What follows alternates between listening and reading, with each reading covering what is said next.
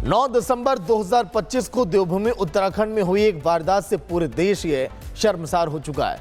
ये खबर नफरत की, नस्लीय सोच की और सिस्टम की उस नाकामी की जिसने एक होनहार छात्र की जान ले ली। त्रिपुरा का रहने वाला एमबीए का छात्र एंजल चकमा, जिसका कसूर सिर्फ इतना था कि उसने नस्लभेदी टिप्पणी का विरोध किया। 17 दिन तक मौत से वो जूझता रहा। एंजल आखिरकार 26 दिसंबर की सुबह वो जिंदगी की जंग हार गया। क्या कुछ हुआ उस रात, क्यों एक छात्र को अपनी जान गंवानी पड़ी, त्रिपुरा से लेकर उत्तराखंड तक आखिर ये हंगामा क्यों मचा हुआ है, देखिए आप।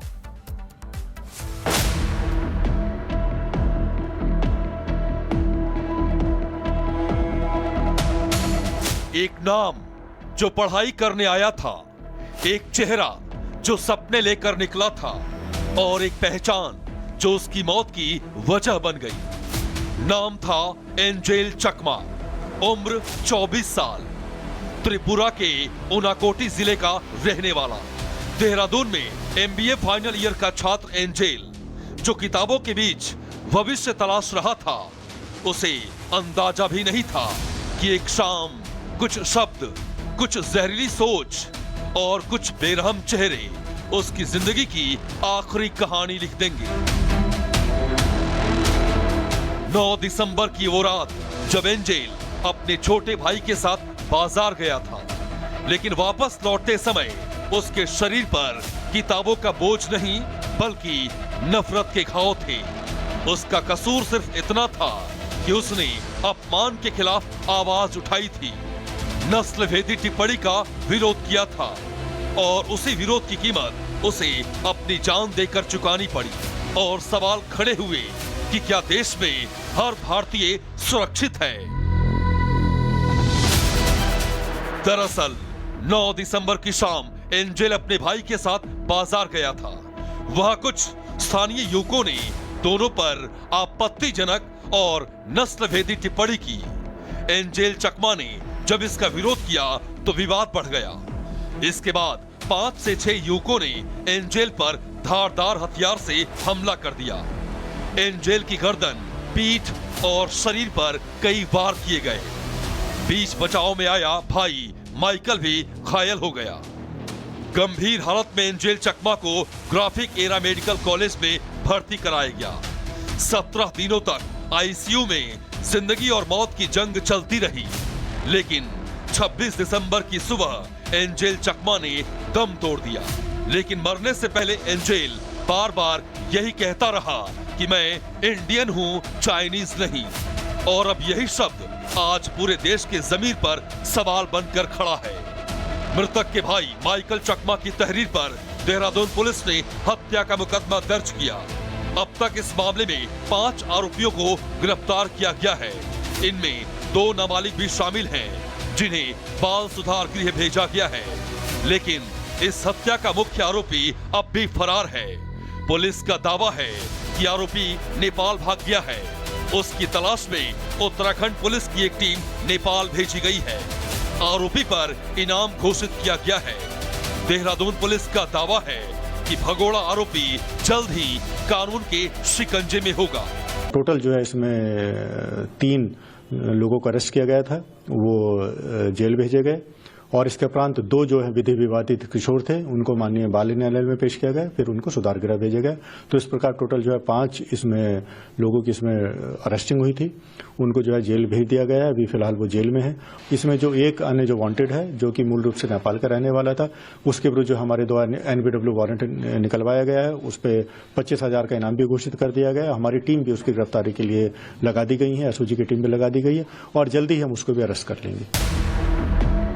इस घटना के बाद उत्तराखंड पुलिस सतर्क हो गई है। यही वजह है कि देहरादून पुलिस ने उन सभी इलाकों में निगरानी बढ़ा दी है जहां दूसरे राज्यों से आए छात्र रहते हैं। इस बीच एंजल चकमा के साथ हुए मारपीट का एक सीसीटीवी फुटेज भी सामने आया है। वो झगड़ा यहाँ पर हुआ था, 6 युवकों ने चकमा के साथ यहाँ पर झगड़ा किया था और यहीं पर ही वो सीसीटीवी फुटेज जो सारे वायरल हो रहे हैं, वो इसी जगह के यहाँ पर 6 लोगों ने चकमा के साथ मारपीट की थी। और जो मेडिकल रिपोर्ट निकल कर आई है, मेडिकल रिपोर्ट भी यहाँ पर इस बात की ओर इशारा करती है कि चकमा के शरीर पर गंभीर चोट आई थी। उसकी मेडिकल रिपोर्ट सामने आई है जिसमें पता चला कि उसकी पीठ और सिर पर घाव थे। पैर और शरीर का दाहिना हिस्सा काम नहीं कर रहा था। रिपोर्ट के मुताबिक त्रिपुरा छात्र की रीढ़ की हड्डी और दिमाग में भी चोट आई थी।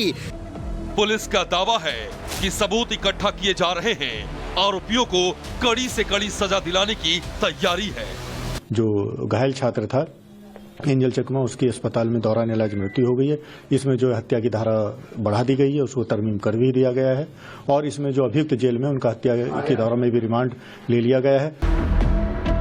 वहीं उत्तराखंड सरकार ने भी इस घटना को गंभीरता से लिया है। मुख्यमंत्री पुष्कर सिंह धामी ने मृतक छात्र के पिता तरुण चकमा से भी फोन पर बातचीत की है।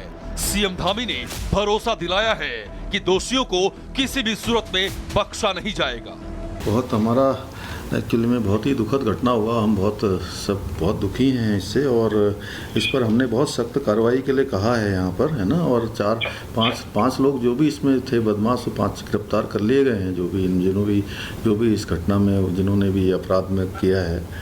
और एक कोई नेपाल का था, शायद वो नेपाल भागा हुआ है या कहाँ है, तो उसके ऊपर इनाम यहाँ घोषित हमने कर दिया है और उसको पकड़ने के लिए भी टीम वहाँ पर भेज दी गई है पुलिस की ना। लेकिन चलिए अब ये तो सब हो ही जाएगा, लेकिन बहुत दुखद है और हम बहुत दुखी हैं। मतलब सच में बहुत कष्ट है हमको। आपको बता दें कि एंजल चकमा के पिता तरुण चकमा बीएसएफ में तैनात हैं। पिता को जब बेटे पर हमले की खबर मिली तो वो तत्काल देहरादून पहुंच गए थे, लेकिन देश की हिफाजत करने वाला एक फौजी अपने बेटे को नहीं बचा सका। वो लड़का ने बोला मेरे को चीनी, मोमो, मतलब चाइनीज ऐसे गलत व्यवहार बोल रहे थे, गलत बात बोल रहे थे।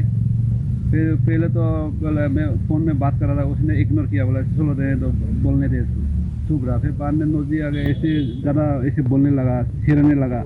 फिर इतना ही बोला सोता लड़का ने, भैया आप लोग ऐसे क्यों बोल रहे हो, हम भी तो इंडियन है, ऐसे मत बोलो, ये बोला। ऐसे बोलते उसको मतलब उन लोग हाथ में कारा पहनते हैं, वो कारा से सिर पे मारा, पीछे साइड में मार के सीधा उधर नीचे गिरा दिया बच्चा। एंजेल चकमा के पिता अपने बेटे को खो चुके हैं, लेकिन अब दोषियों को फांसी पर लटकता देखना चाहते हैं। वहीं इस घटना पर टिपरा स्वदेशी छात्र संघ के अध्यक्ष सजना देव वर्मा ने नस्ल भेदी टिप्पणी के खिलाफ कड़ी कार्रवाई की मांग की है। ये जो हो रहा है नॉर्थ ईस्ट के लिए ये नया बात नहीं है। नॉर्थ ईस्ट के बाहर हम लोग जाते हैं तो हम लोग को चिंकी चाइनीज बोला जाता है, ये नया बात नहीं है। और जो आज एंजल चकमा मरा है, ये एंजल चकमा का मौत नहीं है, ये पूरा नॉर्थ ईस्ट के लोगों का मौत है। ये मैं तो डायरेक्ट सेंट्रल गवर्नमेंट को बोलना चाहता हूँ, अगर देखिए आप लोग नॉर्थ ईस्ट के लोगों को आप लोग मान सम्मान नहीं दे सकते, नॉर्थ ईस्ट के लोगों को आप लोग प्यार नहीं दे सकते, नॉर्थ ईस्ट के लोगों के लिए आप लोग टेक केयर नहीं कर सकते, तो हम लोग को अलग ही देश दे दीजिए, हम लोग अपना टेक केयर हम लोग खुद ही कर लेंगे। देहरादून में एक छात्र नस्ल भेदी टिप्पणी का शिकार हो गया। कुछ जाहिल और छोटी मानसिकता वाले लोगों की सोच के कारण एक युवा अपनी जान गंवा बैठा।